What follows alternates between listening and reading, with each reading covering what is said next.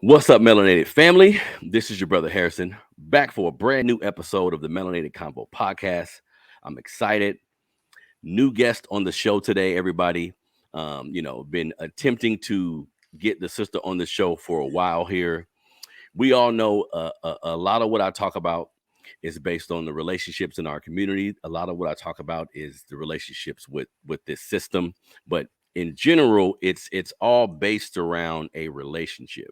So when I got wind of what this sister does, it was just intriguing to me because I understand the importance of building the foundations of what we start in our family, especially for our community in general, is based on our relationship. So on the show today, I have Therez Fleetwood, who is the author of Black Men and Intimacy. Hold on one second. Let me bring this sister back on here. The author of Black Men and Intimacy, but she's actually the CEO of Luxury Romance Concierge.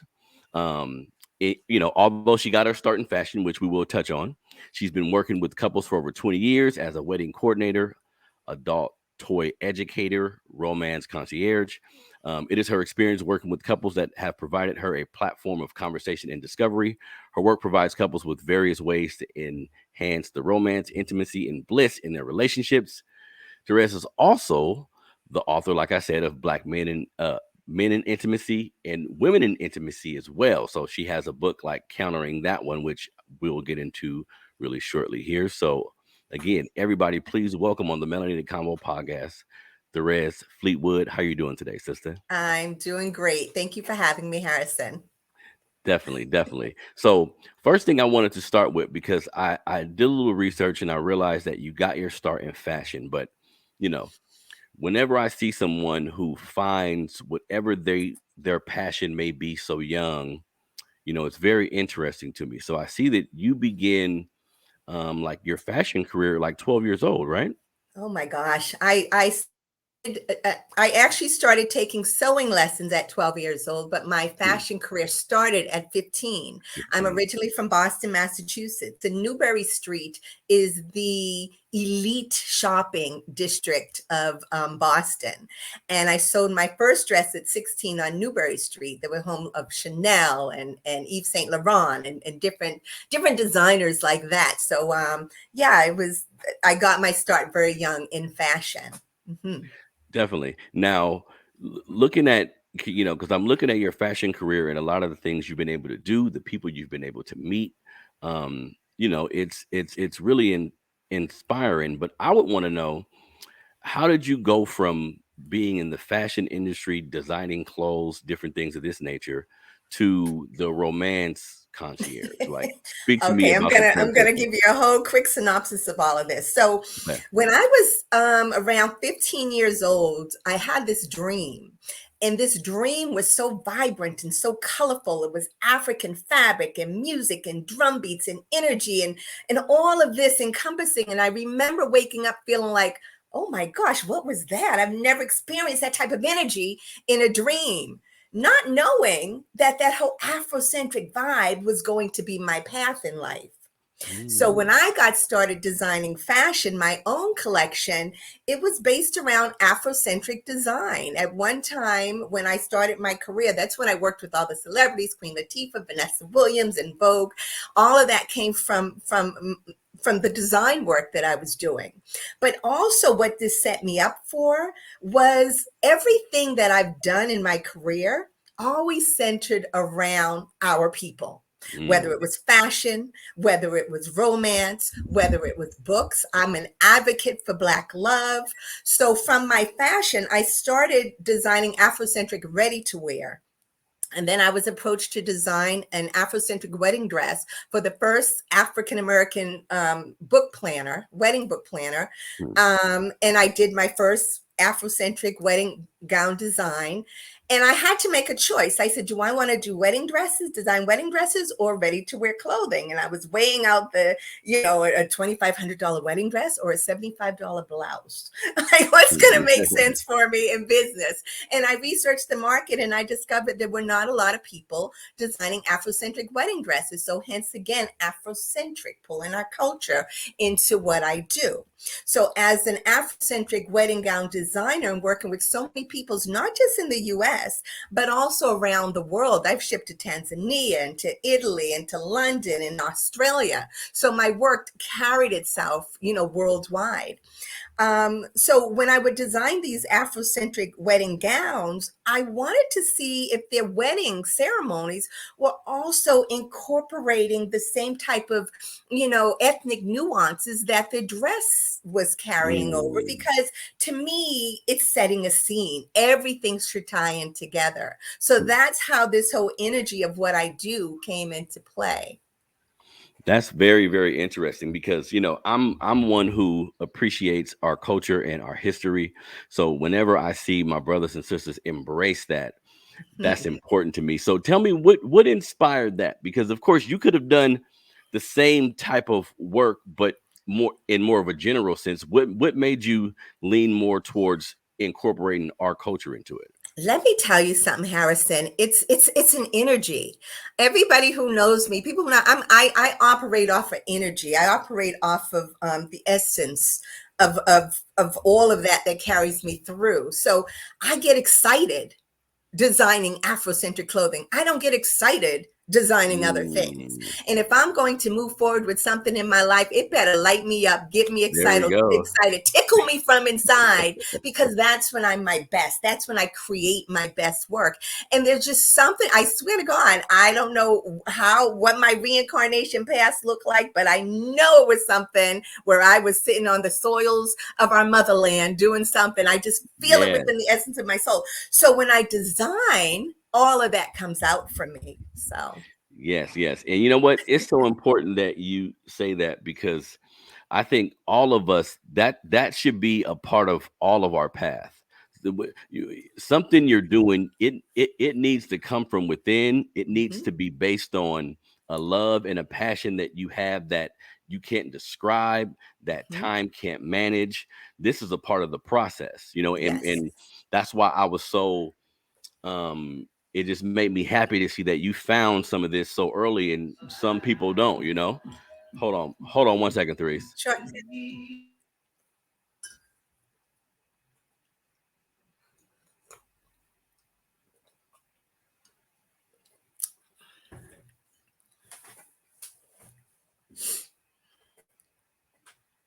Sorry about that. TV just popped on in the room. So I think finding your My energy. passion, right? Your energy, your energy turned the TV on. But that's important in life. Being able to laugh, being able to love what you do, being able to get up every day, not down about what's to come, but excited about what's to be, and Yes. so many people in our country, for whatever reason, don't don't end up walking that path so much. So I think it's important that we shed light on the importance of that. And whatever it is, you can work a regular job and still have this feeling, but that's important. I know so many people who don't like their job and things of that nature. And, we all need to find something. Now, talk to me explain to me, because we're going to get into the book and different things I want to talk.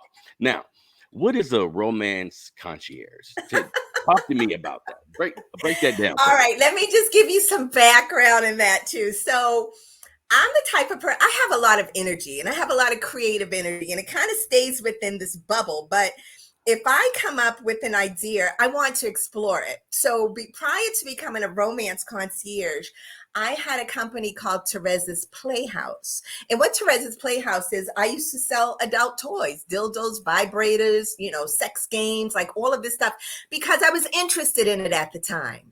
And talking to all my girlfriends and even some men, we always came up with these conversations about sex. I was the one standing in the corner answering all the questions. But here's the thing. You don't really answer a question. You let them answer their own question. If someone comes to you and says, well, what do I do? And my partner is acting a certain way. And my response would be, well, what do you think you should do? What do you think is missing? Because I can tell you what to do, but that's based on my life experiences. It has nothing to do with yours. And we know the answers to questions. We just don't want to say it. Okay. We know it's like, be brave and just jump in and say it. So selling adult toys, I just love the energy. I love just talking to people. I liked seeing and hearing from people of what was missing in their relationships. How could they enhance it? So as a romance concierge, I would probably really say I'm an intimacy concierge, because what I do is I work only with couples, because everybody's like, well, are you in there too? Or do you hook me up? I'm like, nope, you got to come to me as a couple. I ain't got time for all of that. Anyway, so I create intimate, erotic, and adventurous date nights for couples based on their fantasies and fetishes. And what that looks like, see, in all my research of selling the adult toys, talking to men and women, I'm finding that people don't really talk about their fantasies. Like, women want to be touched so much. I mean, forget about the penetration. Women want to be touched, their whole body explored. Men get equally as bored with sex. They're just a little easier to please, but they get bored doing the same thing, same position, flipping here, blah, blah, blah. So what I do as a romance concierge / intimacy concierge, couples come to me and I create date nights based on whatever their fantasy is, whether they want to role play for the night, or I had a man who had a foot fetish, and his significant other wasn't aware of this, so we designed a date night around his foot fetish.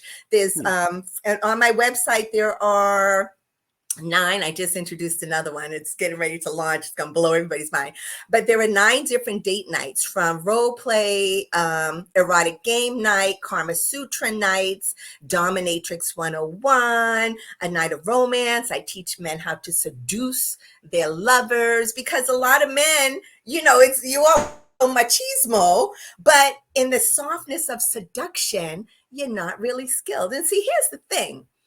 We think because we're grown and we're adults, we know how to have sex. It's like, but is that really sex, or is it recreational sex? Are you really connecting with your partner, or is it recreational sex? You know what I mean? It's like everything that we learn in life has to be taught.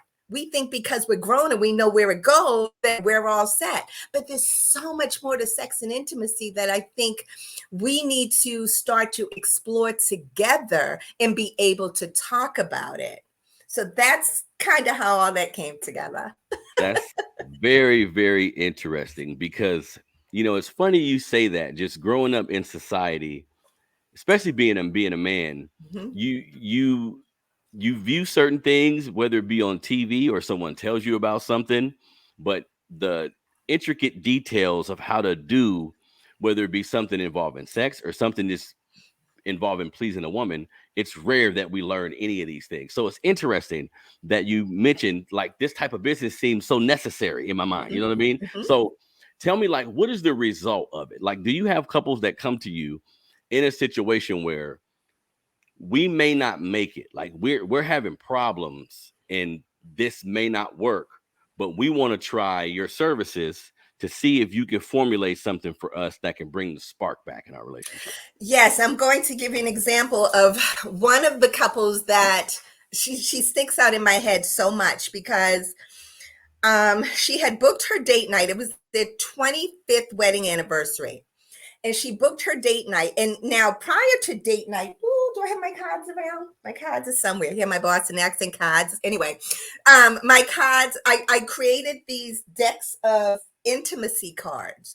And what these cards are designed for, specifically for couples, I tell them to play this game ahead of date night, because what it does, it asks you questions about, tell me 3 things tell me 3 things I did this week that you appreciate me for, or is there something about myself that I have to change to have a better relationship with you? Or what do you want to explore sexually that we haven't done before? So what these cards do is they get the couples just opening up and creating some type of emotional or intellectual intimacy prior to the date night.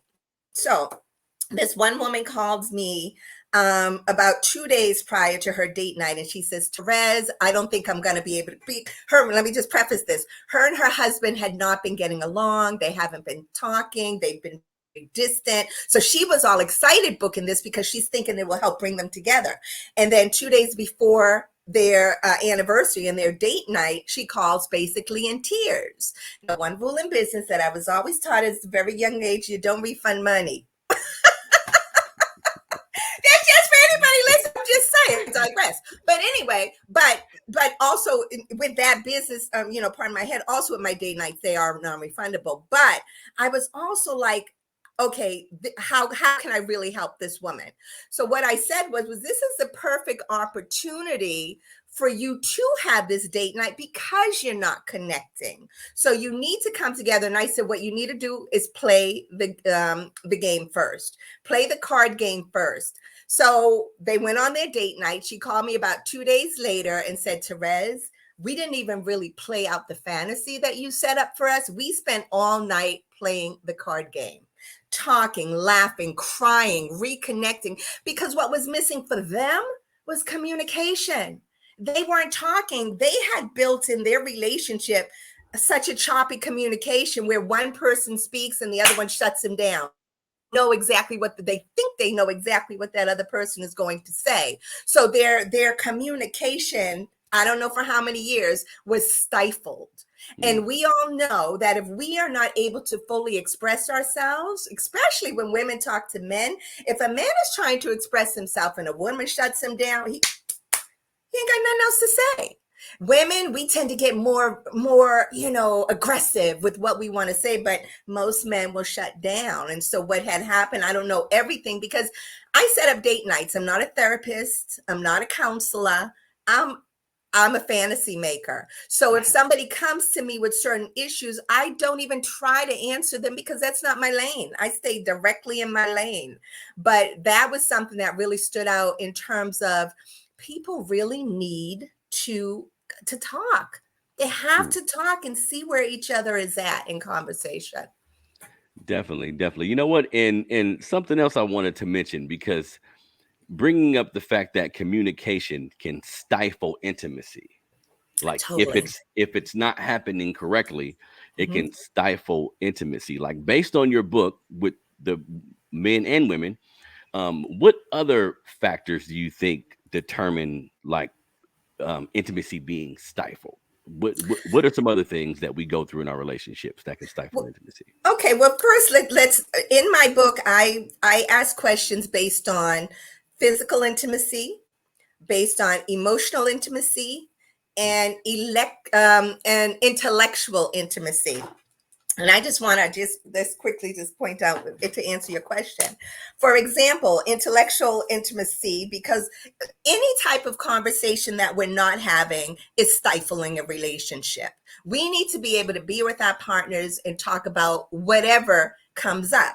So, an intellectual question, hey, baby, tell me about the state of Black relationships. You can get into a really deep conversation with someone around that. Do Black women appreciate Black men, or vice versa? Tell me how you feel about that. Tell me the importance of communication. So when you talk about intimacy, and now emotional intimacy may come from, men and their emotions. Tell me where you have a hard time relating to me, or what are men afraid of in relationship. We never hear men divulge that type of information. So being able to create intimacy with a partner, being able just to have these juicy, vulnerable, open conversations where we are not judged, where we are not stifled, where we are really able to be self-expressed. That's what it's all about. But what I realize is we all have our own life experiences that we continue to bring into our present and into our future. So we need to, number one, remain in the present, with whenever we're in conversation with somebody. We have to listen, be willing to say, hey, wait a minute, Harrison, you just said XYZ. Is that what you mean? Or do you mean something else? And you could be like, well, Therez, I didn't mean any of that. This is what I mean. But had I not asked you that question, I'd have been in my own little world talking about, well, Harrison said this, and you know what I mean? So we really have to look at how to communicate, and be sensitive to the information that somebody is giving to us and that they're sharing with us. Because like I said, if we try to be open and intimate and you shut me down, well, that's it. I ain't got nothing else to say. So then the relationship starts to crumble. And you know what? Everything you're saying, Therez, makes so much sense. Like being in a relationship myself, I can just see a mirror of how these things play out in my own life. But because looking at the marriage statistics, looking at just how difficult relationships are in general, it seems like not all, but a lot of people choose to like bail out or be single or be like a player type of person. Like what do you think it is that a lot of people don't want to put in the work to do a lot of the things that you're speaking about right now? It's fear. Number one, they're afraid of really being open and exposed because of judgment. Biggest thing right there. If I say this, they're going to hold this against me. Or number two, it's just not knowing. Lack of knowledge. Fear and lack of knowledge is what really, holds us back. And then we got to really look at, the times in the society that we're living in now. There's so much butting heads between Black men and women all over social media. It's like, okay, can we stop talking about the problem and start talking about the solutions to all of this? Because if you look at us, from what's going on in our social media environment, it looks like we can't stand each other on one hand. But then you got the Black love and the Black, the millennial marriages and all of that, who are showing us something different, who are trying. So it's not to say everybody is a certain way. There are different people are on different levels, and there are people searching, and people are angry, and people want love, and they just don't know how to go about and create that in their lives. Because when you look at it, yeah, people are breaking up because they're not connecting. People are breaking up because they married for the wrong reason. People are breaking up because they just don't know what else to do. And rather than go and ask for help and look for help, it's easier just, I'll leave them and get somebody else. But you bring that same crap into the next relationship. So I think we have to be intentional about what it is we want in a relationship, which is how this whole journey began for me relating to intimacy. And we have to be willing to put in the work, and we have to be open to hear what that other person is saying, because it can be done, but we just got to take that mask down and say, this is who I really am. Wow. Can you handle it? that is so important. As I cross 40 years old, I'm getting to a point where everything you're saying is just so true. And really, people just aren't being themselves. And this can affect your business relationships. This can affect your personal relationships. But I know a lot of people dealing with these type of things. Now, when you write the book, Black Men and Intimacy, and you're interviewing all of these men, like when I'm reading some of this information, I'm just very curious to know what is like one of the biggest complaints or biggest problems you would hear men say they have with their women, because sometimes it's difficult for us to communicate to the woman. It's difficult for us to like verbally get out exactly what's going on, So what are some of the biggest complaints that they have just trying to maintain their relationships? Trying to maintain, well, first of all, I didn't really ask about complaints. I asked more questions about so that we can understand where they're at. But as you're asking me that question, I'm thinking about the chapter on communication. Because a lot of times I hear from women when men don't talk and men don't communicate, and I'm the communicator, and then I'm like, well, are you really?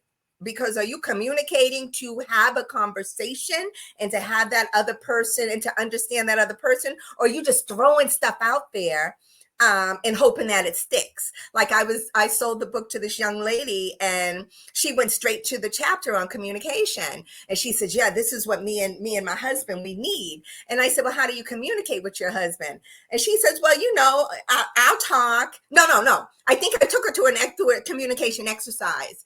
And then I said something, and I said, tell me what you just heard me say. And she said, well, I heard you say, whatever it was. And then without a breath, she said, but I said, see? Now, if you were talking to your husband, you just affirmed everything that you heard him say, but you negated all of that as soon as you didn't even take a breath and you jumped in and had to get your point across. So I said, when you communicate, acknowledge what it is that he said. So like I did that exercise with you, Harrison. So we're on the same page. Then you jump in and say, well, this is how I feel about it. Because if you listen to the way somebody talks to you, and immediately, without skipping a breath, after they say something, you jump in. Well, that just lets me know, did you really hear what they just said? Or were you waiting in line for your turn to say what you wanted to say? Definitely. Little selfish, isn't it? But we don't know. It's how we've been trained to communicate.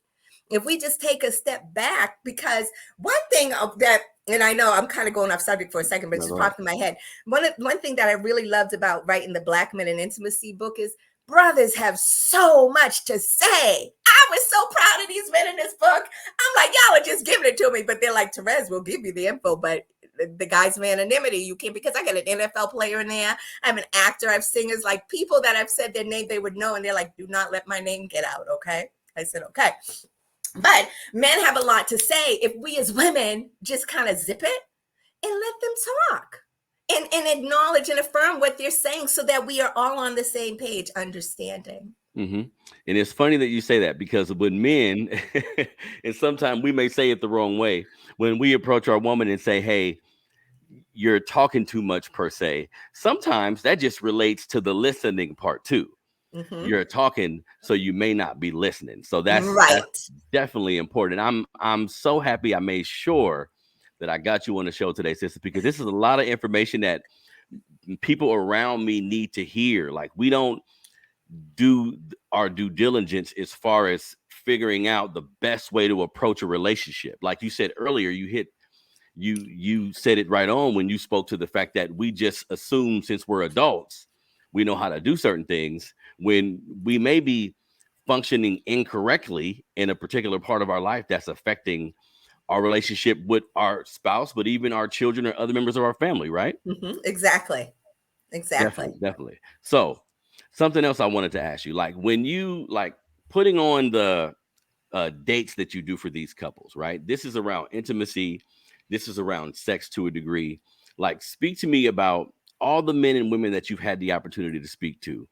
How much has sex played a role? Because people will, I've heard varying degrees from people around me of how important sex is to them. But how much have sex played a role in, okay, this thing isn't working strictly because our sexual interactions don't satisfy me? Well, let me first say this. Most of the people who contact me, I would say 70% of the people who contact me are men. And these men who contact me, they contact me for a couple of reasons. Number one, their sex life is null and void. They're like, well, what do you do? Like, how can this help and enhance my sex life? Or they really do. They've discussed with their partner, their wife, significant other, that they want to try something new.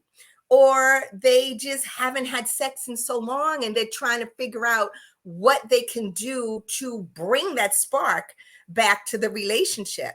Now, as a romance/intimacy concierge, once I set up, and I have no idea what goes on. I don't know until I get a kudos, 2 days later or whatever. So, but what I can say is most of the people who contact me are really looking to reconnect with their partner. They're looking for something new.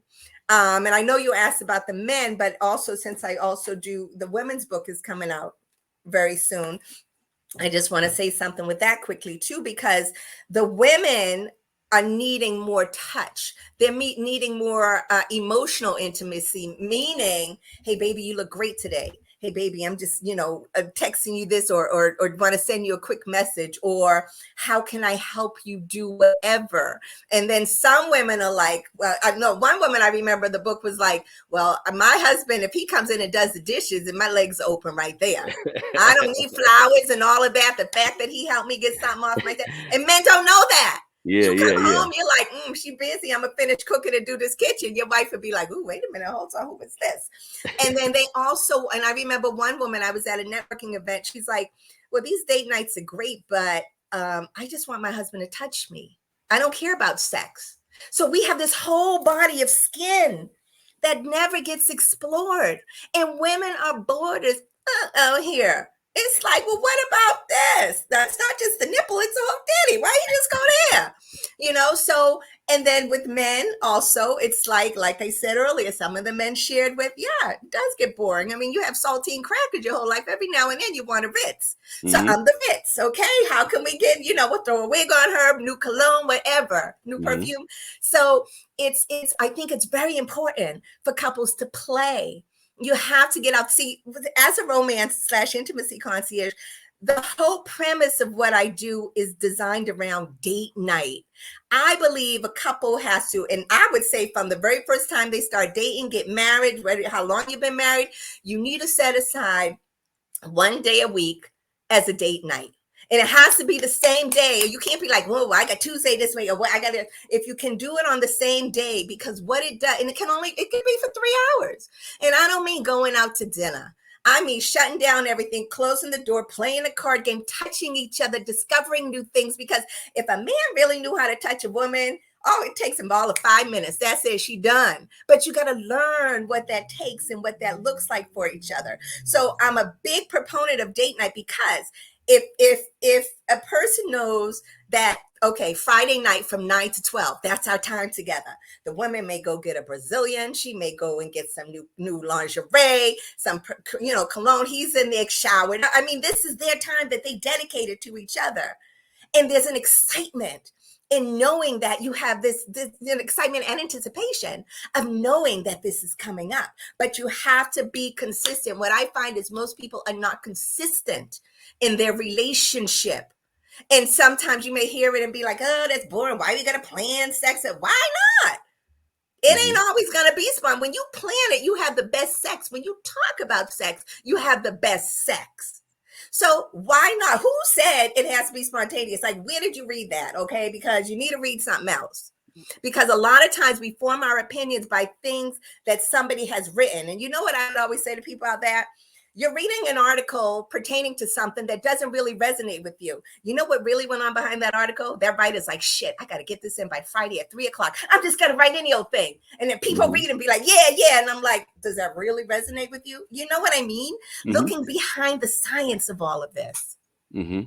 Definitely. Now, when you look at, because I was doing some research about just wedding statistics and how long a lot of our relationships last and things of this nature.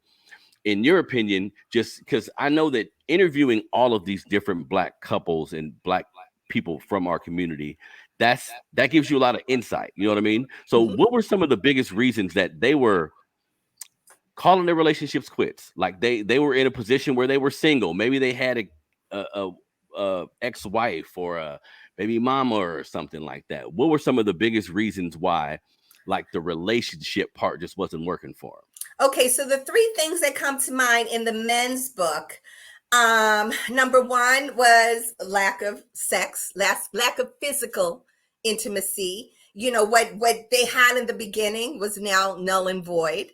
And I even asked, because I do have a first book on men and intimacy, Real Talk, Real Answers. And one of the questions in that first book was, why do women stop having sex? So you guys know why they stop, but what are you doing to fix that? So lack of sex. The other one, disrespect.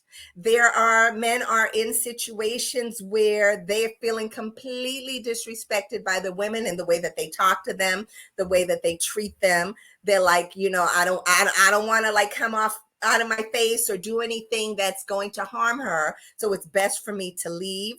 And then the other part is, well, some men just don't leave. They just stay in this crap because they don't know another way out. They don't Mm. know, well, if I sit down and talk and have this conversation. But a lot of times it's sexually based, or it's some type of abuse.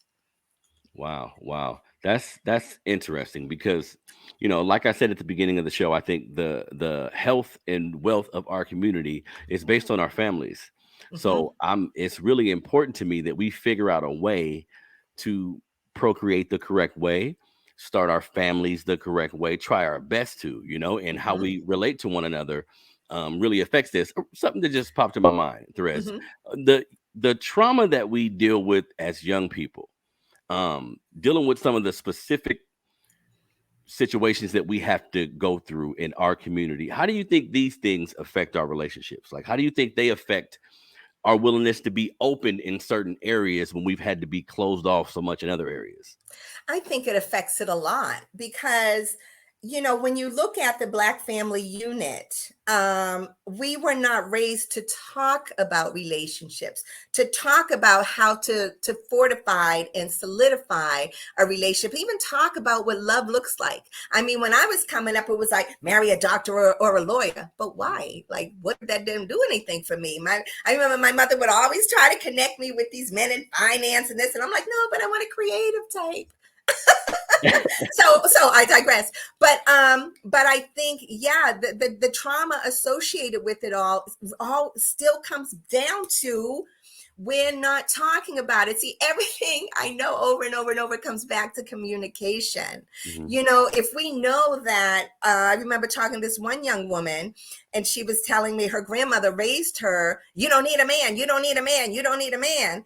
And if this is what we're hearing, and so many of our young women are hearing this, and yes, on one hand, depending on just creating and living our lives, we don't. We could do things on our own, but for the sake of our Black families and our community, you do need a man. I Hmm. mean, well, Hmm. it's need. I mean, need is such a strong word, but in order for us Yeah. to advance as a community, yeah, we do. Yes. We just have to figure out how to get along with each other. And I'm listen, as I'm saying this, I'm a big proponent for counseling and so for Mm. talking about stuff. And a lot of people in our community are really not open to that. I've seen marriages end where one person wants to go to a therapist and the other one is totally against it. And the marriage of 30 years may break up because this one who was against it just did not fit into their beliefs. But all they had to do was go through one, and to just in order to understand what it was all about. Hmm. But I think, just coming back to the whole question about the trauma,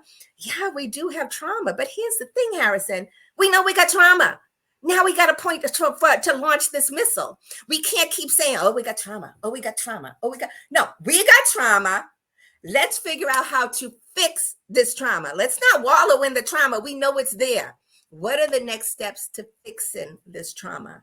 And it Hmm. comes down to really understanding. Like, also, one of the reasons I wrote this book is a catalyst for conversation. And if I can just do something real quick, catalyst for conversation, because I tell women, use the questions in this book. Like, you can just, okay, I'm just going to flip because it's all information. Ain't no pictures in here. You got to be ready to read. Okay.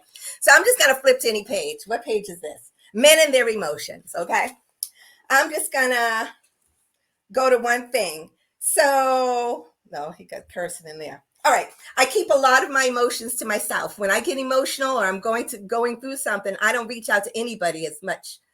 I may talk about it when I'm ready, or I'll decide when I want to talk about it based on how I'm feeling at the time. There are times when I just wait for another situation to come up before I bring it up. I need that time to get my head together before I address the situation.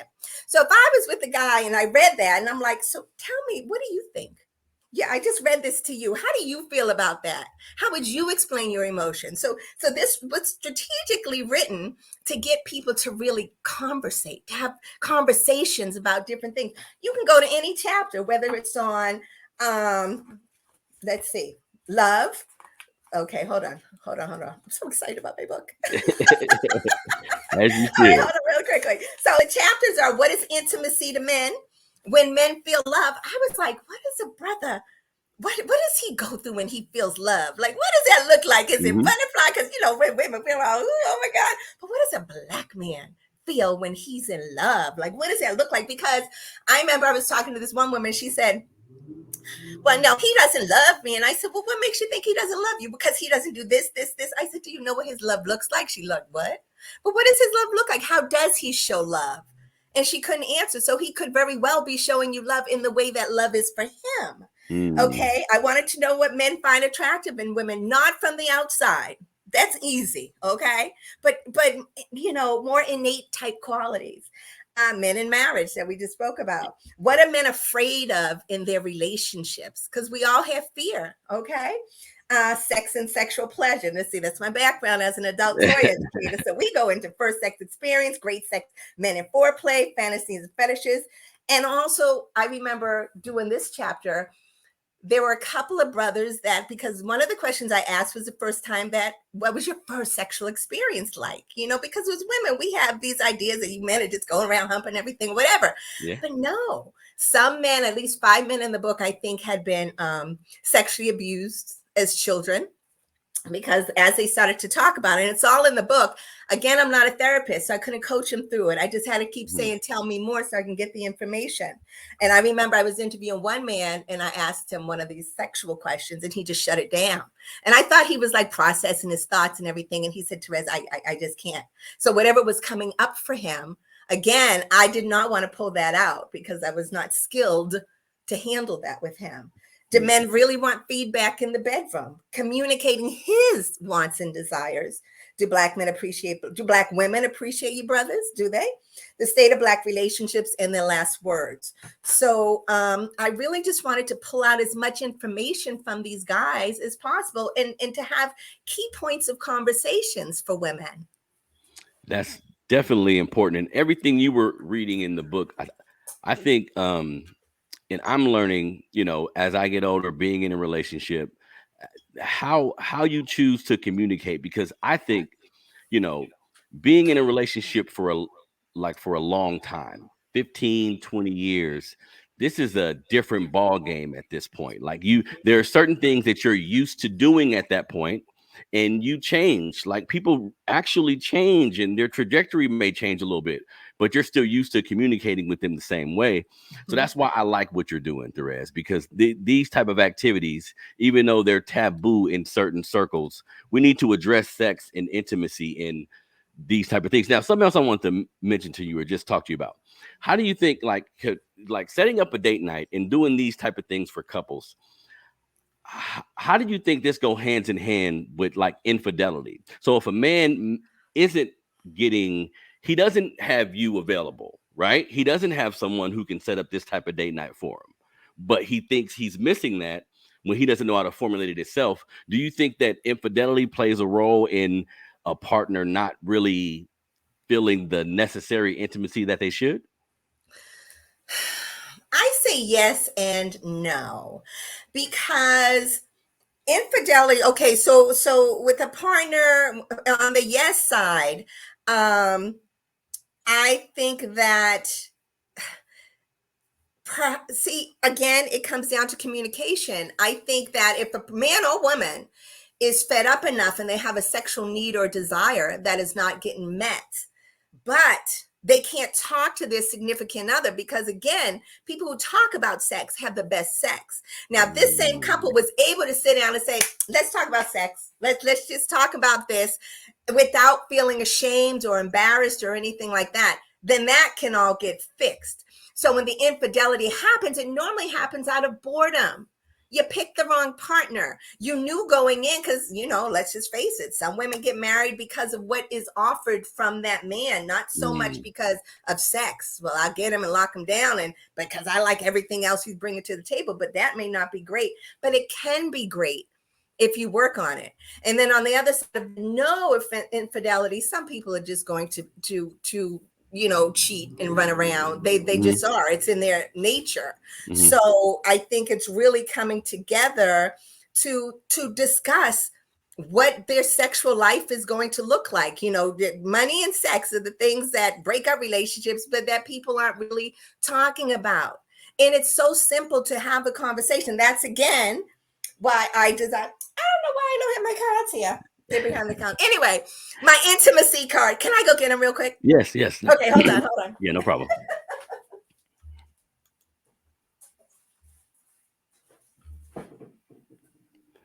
Definitely having a great conversation about intimacy, relationships.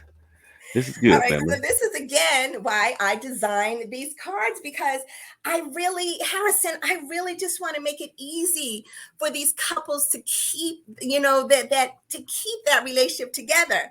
So what do you think makes us great together? Having this conversation. Do you think date nights are important? Why or why not? Like, just name a leisurely activity you'd like me to participate in with you. Because Hmm. sometimes as relationships go on, he does his thing, she does her thing, but there has to be something that we can do together. What new sexual position would you like to talk? What was the last time you were proud of me? You know what I mean? Mm. We need that affirmation from our significant others. So people just need to talk. And sometimes there are so many card games out here on the market that you can buy to ask these questions to understand each other. And I think it's very important to just figure out how to have this conversation.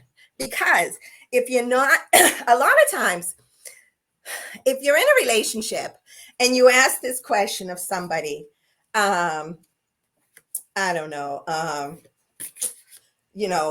don't know. Would you like to role play? If so, what would be the ultimate role play fantasy with me?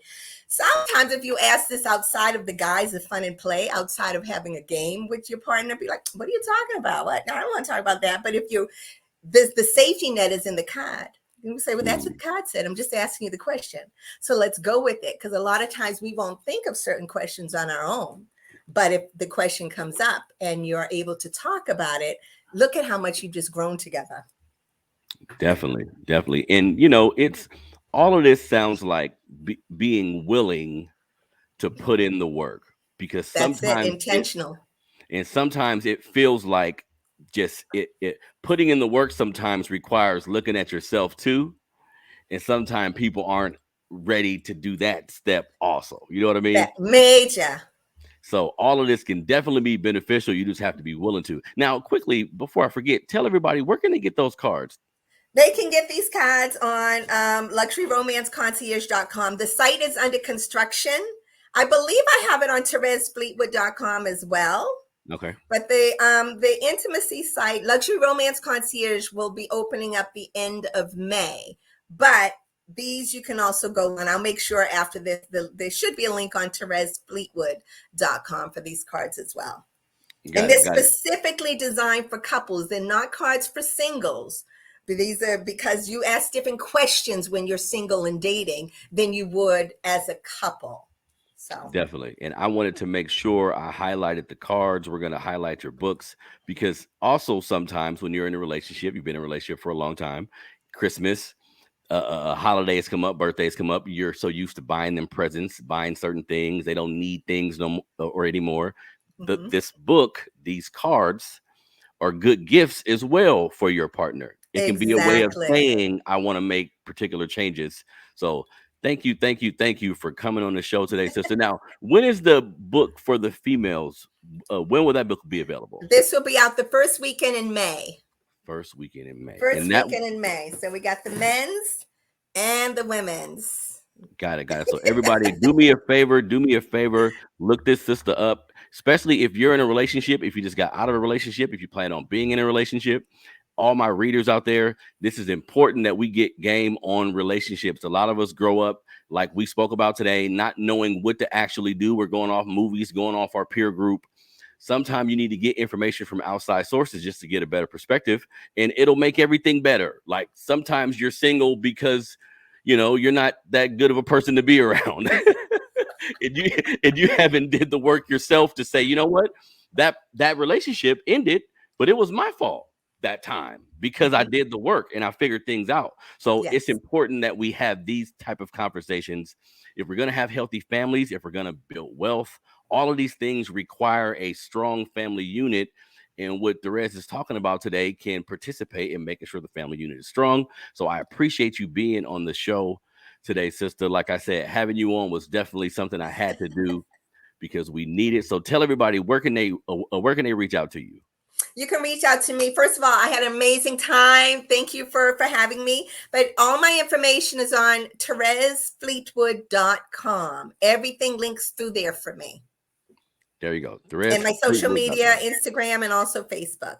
Yes, and I've seen all your social media sites. So yes, and before we release the interview, I'll be posting a lot of her information about the books. This is a Black business as well. We didn't mention that as much, but this is her business. So let's support. This is a passion of hers, and this is helping people. This is one of the businesses where when I seen everything, and I'm like, you know what? This is extremely helpful. This is the type. These are the type of things that somebody can make profitable, but can be extremely helpful to our community. So I appreciate you being on the show today, sister. Everybody, please do me a favor. Follow me on YouTube, which is the Melanated Convo. On YouTube, all the digital platforms, the podcast is available there as well. Like I always say, man, if we want to make changes, if we want to get to the bottom of something, it's important that we have the conversation. And that's what we do here. So this has been another episode of the Melanated Convo podcast. This is your brother Harrison, Therez Fleetwood. Thank you so much, sister, for being on the show today. We out.